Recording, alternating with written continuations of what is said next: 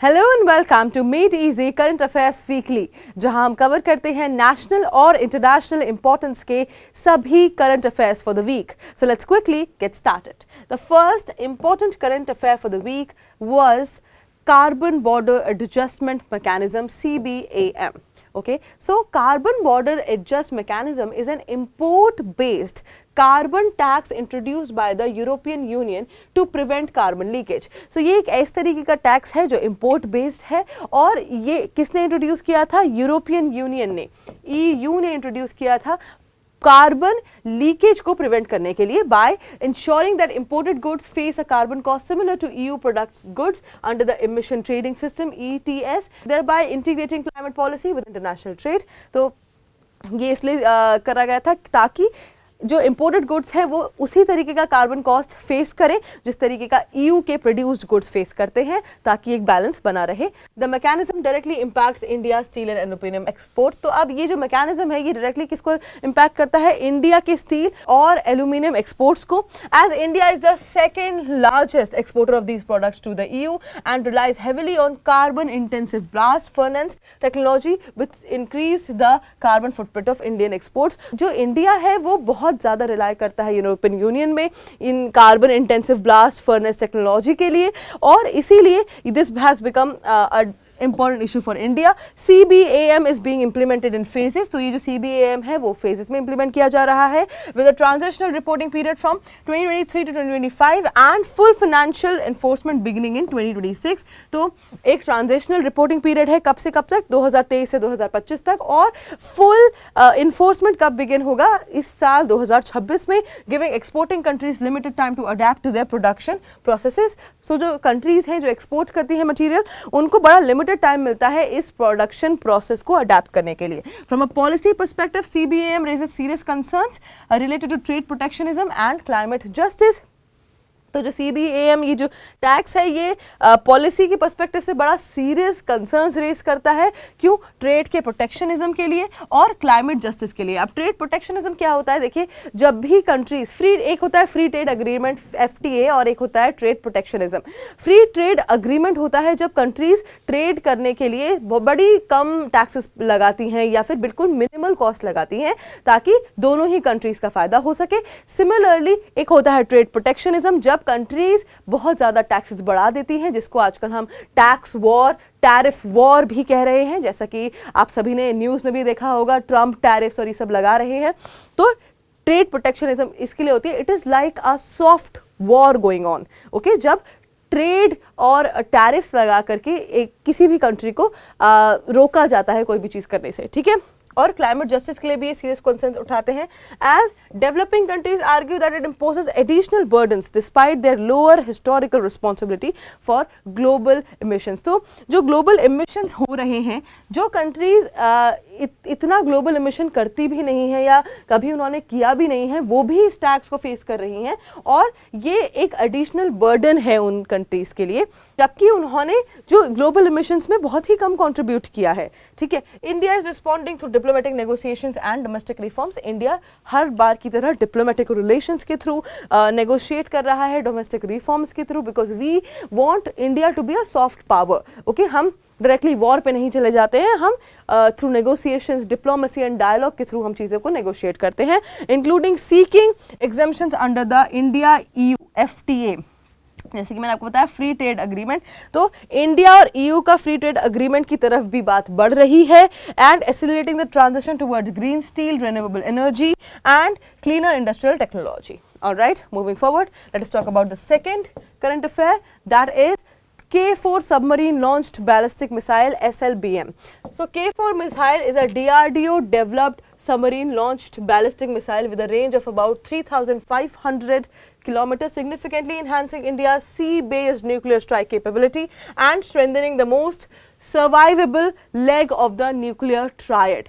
तो देखिए, सबसे पहले मैं आपको बताऊंगी न्यूक्लियर ट्रायड क्या है. न्यूक्लियर ट्रायड ये है कि हम लैंड, एयर और सी तीनों ही जगह से न्यूक्लियर मिसाइल्स को लॉन्च कर सकते हैं, तो इसको न्यूक्लियर ट्रायड बोलते हैं। K4 सबमरीन लॉन्च हो गई है जो बैलिस्टिक मिसाइल है इंडिया में, और ये मिसाइल किसको एनहांस करेगा? इंडिया के sea based nuclear strike capabilities को, इंडिया के सी बेस्ड नेवी को स्ट्रेंथन करेगा ये। Its successful test from INS Arighaat demonstrated India's growing technological maturity in under water nuclear deterrence. तो सक्सेसफुली किसके थ्रू टेस्ट किया गया? ये INS अरिघात के अंदर, और ये दिखाता है कि कैसे इंडिया ग्रो कर रहा है, टेक्नोलॉजिकली मैच्योर हो रहा है न्यूक्लियर डेटरेंस की टेस्टिंग में, okay, under water specially, allowing submarines to remain concealed while maintaining long range strike capabilities. Submarine concealed रहती हैं, छुपी रहती हैं, तब भी लॉन्ग रेंज स्ट्राइक की जा सकती है। Compared to the earlier K-15 missile, the K-4 provides deeper strategic reach, enabling India to target adversaries without moving submarines closer to hostile shores, thereby reducing detention risk. तो देखिए, पहले जो हमारे पास missile थी K-15, उसमें क्या था कि हमें पास जाना पड़ता था टारगेट के, उसके बाद वो लॉन्च करी जा सकती है, लेकिन K-4 प्रोवाइड करता है डीपर स्ट्रैटेजिक रीच। हम बिना पास जाए शोर के हम तब भी स्ट्राइक कर सकते हैं किसी के ऊपर, ताकि हॉस्टाइल जो शोर्स होते हैं, जो पानी होता है, उसके ज़्यादा अंदर ना जा करके, ताकि डिटेंशन का रिस्क हम रिड्यूस कर सके। Missile is derived from the Agni 3 platform and can carry a nuclear warhead up to 2.5 tons, reflecting advanced propulsion, guidance and re-entry technologies developed indigenously। तो देखिए, पहले तो डेवलप्ड इंडिजिनसली की बात करते हैं। ये हमारे आत्मनिर्भर भारत के मिशन को स्ट्रेंथन करता है, क्योंकि ये इंडिया में डेवलप की गई है, और ये मिसाइल किससे डिराइव करी गई है? अग्नि 3 प्लेटफॉर्म से, जो कैरी कर सकती है, ये मिसाइल कैरी कर सकती है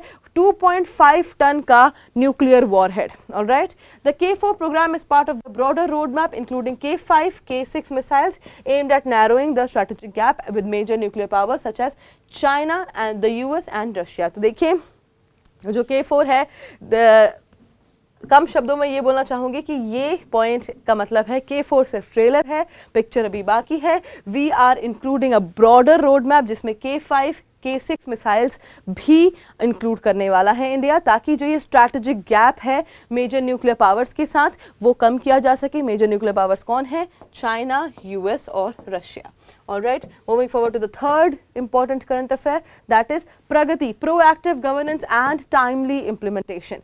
So Pragati is a technology-driven governance platform launched in 2015 under the Prime Minister's office, designed to improve coordination, accountability and timely execution of major government projects and programs। तो जो प्रगति है वो एक ऐसी टेक्नोलॉजी है, एक ऐसा प्लेटफॉर्म है जो डिज़ाइन किया गया था PMO के द्वारा, और इसमें ये क्या इंप्रूव करता है? कोऑर्डिनेशन, अकाउंटेबिलिटी और टाइमली एग्जीक्यूशन। किस चीज़ का? मेजर जो गवर्नमेंट प्रोजेक्ट्स हैं उसका। It operates through a tripartite institutional framework integrated the prime minister, union secretaries and state chief secretaries on a single digital platform for real time monitoring and decision making. तो ये operate करता है एक ट्रिपाटाइट institution framework की तरह, मतलब 3 angle हैं और ये तीनों एक प्लेटफॉर्म से जुड़े हुए हैं। कौन कौन है वो? Prime minister, the union secretaries and state chief secretaries. तो ये तीनों एक प्लेटफॉर्म में जुड़े हैं और ये लोग रियल टाइम मॉनिटर कर सकते हैं कि जो गवर्नमेंट के प्रोजेक्ट्स हैं वो किस तरीके से, उसका क्या अपडेट है, क्या स्टेटस है, और डिसीजन मेकिंग कर सकते हैं।